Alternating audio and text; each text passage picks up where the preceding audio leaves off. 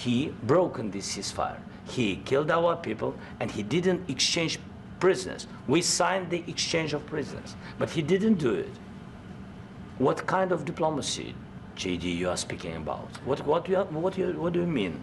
I'm talking about the kind of diplomacy that's going to end the destruction of your country. Yes, but if you Mr. President, with respect, I think it's disrespectful for you to come into the Oval Office and try to litigate this in front of the American media. Right now, you guys are going around and forcing conscripts to the front lines because you have manpower problems. You should be thanking the President for trying to bring an end to this conflict. Have you ever been to Ukraine that you say what problems we have? I have been to. Count once. I've actually watched and seen the stories, and I know what happens is you bring them on a propaganda tour, Mr. President.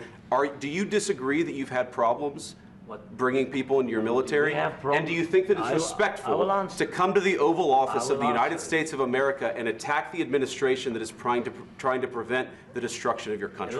A lot of questions. Let's start from the beginning. Sure. First of all, during the war, everybody has problems, even you, but you have nice ocean and don't feel now, but you will feel it in the future. God bless. You don't know that. God bless. God bless. You will not have a war. Don't tell us what we're going to feel. We're trying to solve a problem. Don't tell us what we're going to feel. I'm not telling you. Because you're in no position to dictate that. That's Remember exactly this. You're in no position to dictate what we're going to feel.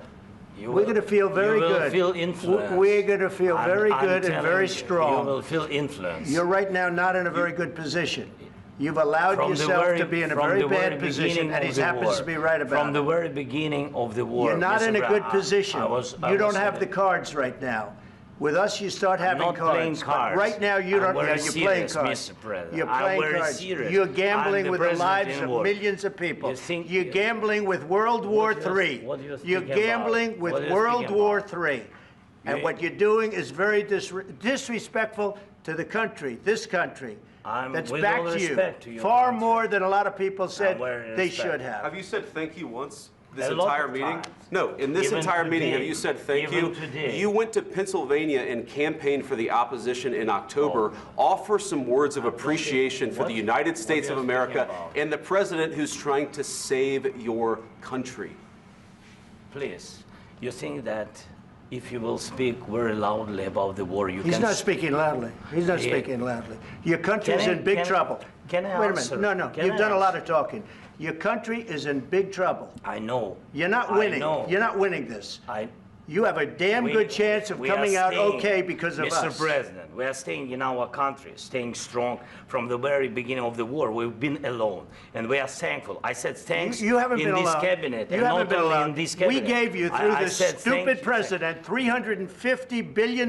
You voted we gave for you your military equipment, you and your men are brave, but they had to use our military. What about if you didn't have our military equipment, if you didn't have our military equipment, this war would have been over in 2 weeks. In 3 days. I heard it from Putin. In 3 days. This is something maybe new. Less. In 2 weeks. Of course, yes. It's going to be a very hard thing to do business like this. Again, I tell you. Just say thank you. I said a lot of except that there are disagreements, and let's go litigate those disagreements rather than trying to fight it out in the American media when you're wrong.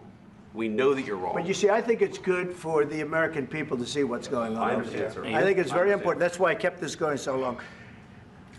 You have to be thankful. You don't have the cards. Thankful. You're buried there. Your people are dying. I can tell you you're again, running low on soldiers. Listen, please, you're running Mr. low President. on soldiers.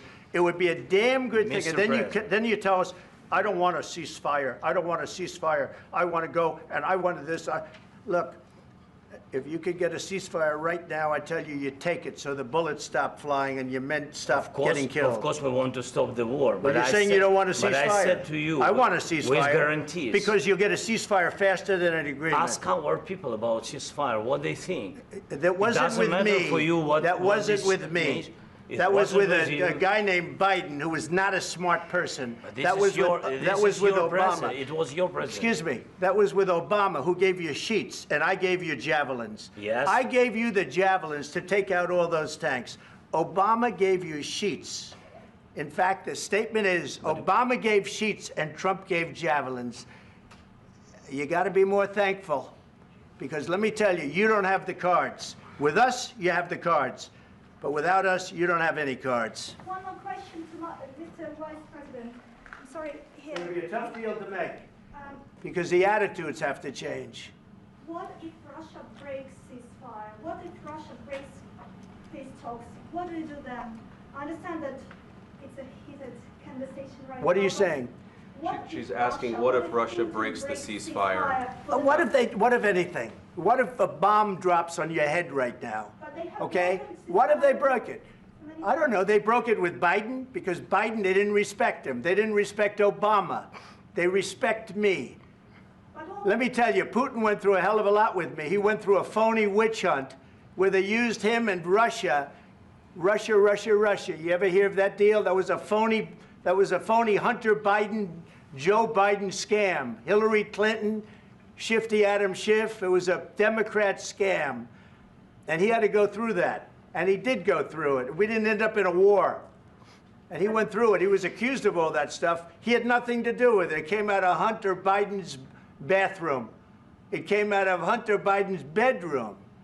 It was disgusting.